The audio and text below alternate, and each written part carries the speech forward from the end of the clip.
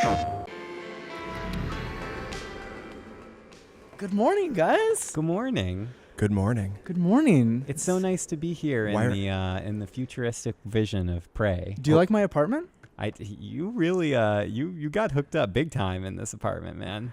This is Zach Miner, Ryan Clements, and Sid Schumann of PlayStation Blog taking a look at Prey coming out of Arkane. No, right, and I haven't played this yet, but right off the bat, why are we all waking up in the same bed? Why are the three of us in one bed together? You know, had a wild there's night. a few. We don't want to get into spoilers just yet, Sid. We want to try and avoid spoilers here. So this is footage. Ryan and I got a chance to play through the first hour of the game, actually, and so this is all footage from that first hour. There's a couple things that we're going to avoid kind of talking about because there are some really incredible reveals in that first hour. And I'm confident in saying, and you and I talked about this, that the whole opening section of Prey, including some stuff that we're not going to show here today, might be one of my favorite openings in a video game I've seen in a long time. So phenomenal stuff, and hats off to the Arkane team for putting it together. Agreed. So it's our first day. Time to put on our TranStar uniform, get ready to go up on the spaceship. Very exciting. Mm-hmm. So what is Prey? Prey is out of Arkane, who did Dishonored. They did Arx Fatalis. As you're probably noticing right off the bat, we're including this stuff because it kind of reveals that this is a first-person simulator. This is kind of an immersive sim. Let's just hop right on to the spaceship. Well, let's see. Oh my gosh. Things are not great up on the spaceship. I like how we went from the most serene footage to the most not serene footage possible. Look, it's a simulator, but it's not Apartment Simulator 2064. This is a game where things have gone wrong. Yes. And we need to figure out what's going on. Gone very, very, very, very wrong. So let me just, I've not seen this. I'm sort of the resident dummy on this one. I am the biggest fan in the world of sort of the shock games. So I actually would consider System Shock 2 to be my favorite game of all time. BioShock high on the list. So without having seen a ton of this game, it's giving me that vibe big time. And absolutely. As it should. I mean, it absolutely has that emergent, player-driven choice style of gameplay that you're going to actually kind of see here represented in this weapon that we're seeing right now, which is the glue cannon, where it essentially allows you to build platforms, immobilize enemies, do a lot of different stuff, and hey, you don't even have to pick it up if you don't want to. I mean, there's essentially so many different ways to work your way through this very, very much damaged and very, I don't want to use the word derelict, but it is a damaged, something's gone south station that your character, Morgan Yu, finds him or herself on. What are these friendly little guys here? They're not friendly. Not so friendly, Sid. Okay, I see. I will say that you are terribly unperceptive. The fact that these things are trying to kill us. These are mimics. They seem to be kind of the little runts of this game. But make no mistake, these things can kill you right quick if you're not paying attention. So this glue gun is really cool because it can kind of freeze them and then allow you to kind of finish them off with the wrench. This is a game that's obviously first person, and you are shooting things, and a little bit later we're going to get some actual guns. Bam! But it's not a game where you're going to be running around firing bazookas and just shooting stuff. Here we're going to take a look at some of the other kind of abilities, some of the emergent opportunities possible with this amazing glue cannon. So those little mimics, as might be indicated by their name, can disguise themselves as other items in the world. Here's another little item here that might remind you of a certain other game that you like a lot. So there are skill trees in this game, and there are actually a couple different skill trees, some of which we didn't even experiment with. Right. So you find these neuromods lying around that you shove into your eyeball. Seems right. Seems right. Yeah.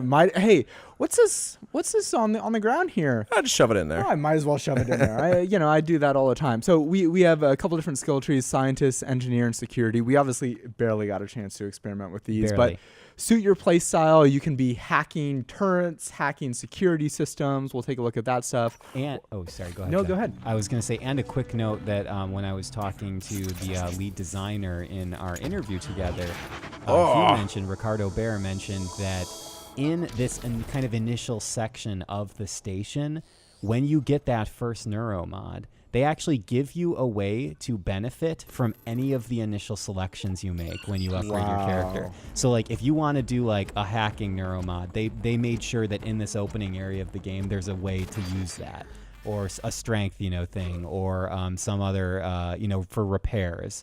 Like they wanted you to feel like whatever you pick, you're going to be rewarded in some capacity, which I thought was really smart design. And this is a hacking interface we're seeing now, I'm guessing. And we'll see this right now. So I invested in hacking, and so I'm able to kind of get into this room that's totally optional. And look, I get a weapon upgrade kit. Nice. There's some other stuff going on in the room. I will note, and I told Ricardo this, that Dishonored has been one of my favorite games the last several years. Oh yeah. I am someone that plays those games by reading everything in the world. Oh, absolutely. Arkane, there's so many emails. there are few studios better, in my opinion, at environmental storytelling than Arkane. 100% agree. Now. And I want to just soak all that in. I was really having to slap my wrist and just be like, nope, Zach, just move on, keep moving forward. So here we're kind of in the main lobby of the spaceship, and everything's totally fine. Oh no, everything is not totally fine. Maybe not. Where is this sort of space station located? Do you know? Is it Well, in the solar system or? It is in outer space. Okay, Yes, it's in outer space. And if you look out the window here, you might see that there's potentially some recognizable celestial objects. Oh. Indeed. We're keeping things vague. Very big. You know what? I fear that there's going to be some spoilers out there. But that's why you just got to stick with the PlayStation blog for all the coverage. So this is the main lobby, and this is kind of the main, I think, hub of the game. And so there's kind of different levels that you can explore of the spaceship, obviously, as we've seen. Here's another example of just some of the completely optional environmental storytelling. Ryan, I don't even know if you went into this room. I know what you're doing here, but I unfortunately did not read all this stuff. But yeah, it's awesome that it's basically a small museum showing the progress of the space station and kind of its development, and the development of the company that facilitated it. So just really awesome stuff. And again, it's like you could just totally walk by this room and not even notice it. So they really, oh my, who are these friendly looking fellas? Again, I'm going to really question some of your guys' instincts. These are not friendly. These are phantoms, and these are the hardest enemies that I saw. Interesting. So did you not go into this room, right? No. Remember, you went much further than I did. I was too busy reading emails. So I had to hack my way into this room.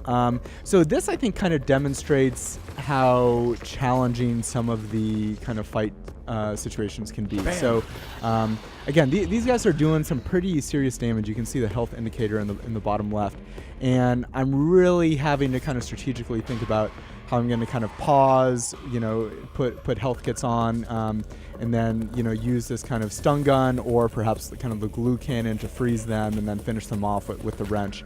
I think we haven't played much of it, but ammo is going to be sparse, I think. Yeah. Does it look like there's a recharging health system, I noticed? It's down in the lower left. It is definitely very, I wouldn't say punishing, but you definitely have to be cognizant of your health and your well-being. Or maybe I'm wrong. What's that meter I see in the middle of the screen that keeps building up? Is that so stamina? That's stamina. Got it. I was incorrect by what I said. Health, you need to heal yourself. I got it. Okay. You're not just always going to be at 100%. I retract my prior statement. There is not a recharging health system. And so when you're opening that weapon wheel there, you're just triggering the health kit. I understand. Okay. And another thing that Ricardo pointed out is, because there were a lot of folks playing the demo when Zach and I were playing the game, is that, sometimes you could just walk, stealth your way through an environment, not even, engage the mimic-like enemies. Like right here, you see that they're kind of creating their own platforms and just kind of working their way around the environment. I mean, it's really interesting how the levels are laid out. And a little detection meter there above the mimic that was kind of flying off here. So we're getting close to the end here, but Ryan and I, we just scratched the surface. I wanted to just show a little bit more of kind of what is in this game. So this is your office. This is Morgan's office. This inventory could be ripped straight out of System Shock 2. Right, and look, straight out of it. You can upgrade it, obviously, right? You can expand it. So I think the office is going to kind of be your home base. And so there's recycling of materials where you're breaking material, where you're breaking objects in the world down into different components. So there's reasons to pick up all this stuff in the world. Like, what am I going to do with this coffee cup? I'm going to throw it across the room, but I could have recycled it. Really? And then on the other side, you'll see that there's a fabricator. So there's a crafting system in this game. So you're going to be finding, I think, blueprints and upgrades throughout the game. And obviously, you're not going to find most of them, and it's really going to kind of require exploration.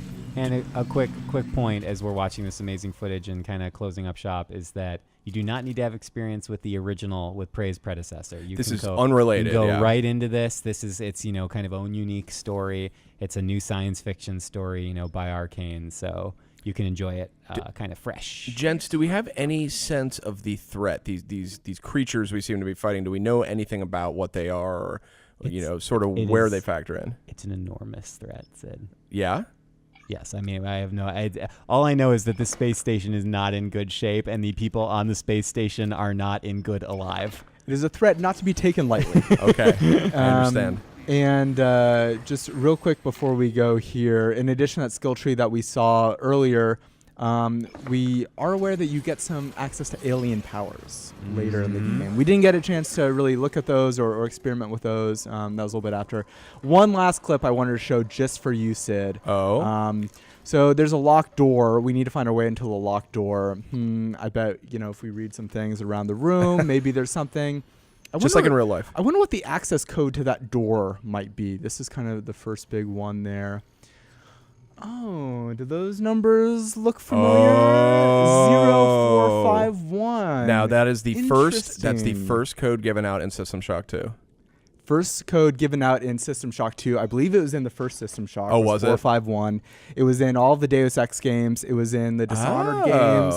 It actually made its way into Mafia 3. I didn't know that. And so that, in some ways, is, I kind of see that as like, you see that, you know what this game is, right? This is an indicator of like the systems that are present in this game, the genre of this game. It's like the Wilhelm or whatever that's Wilhelm's right. The scream from the Star Wars it's movies. It's a little identifying factor. So, any final thoughts, Ryan? No, that's it. I'm pumped, and it's coming out on May 5th. May 5th on PS4. It looks great. Arkane, a great studio.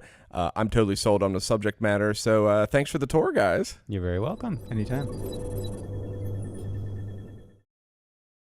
プレイステーション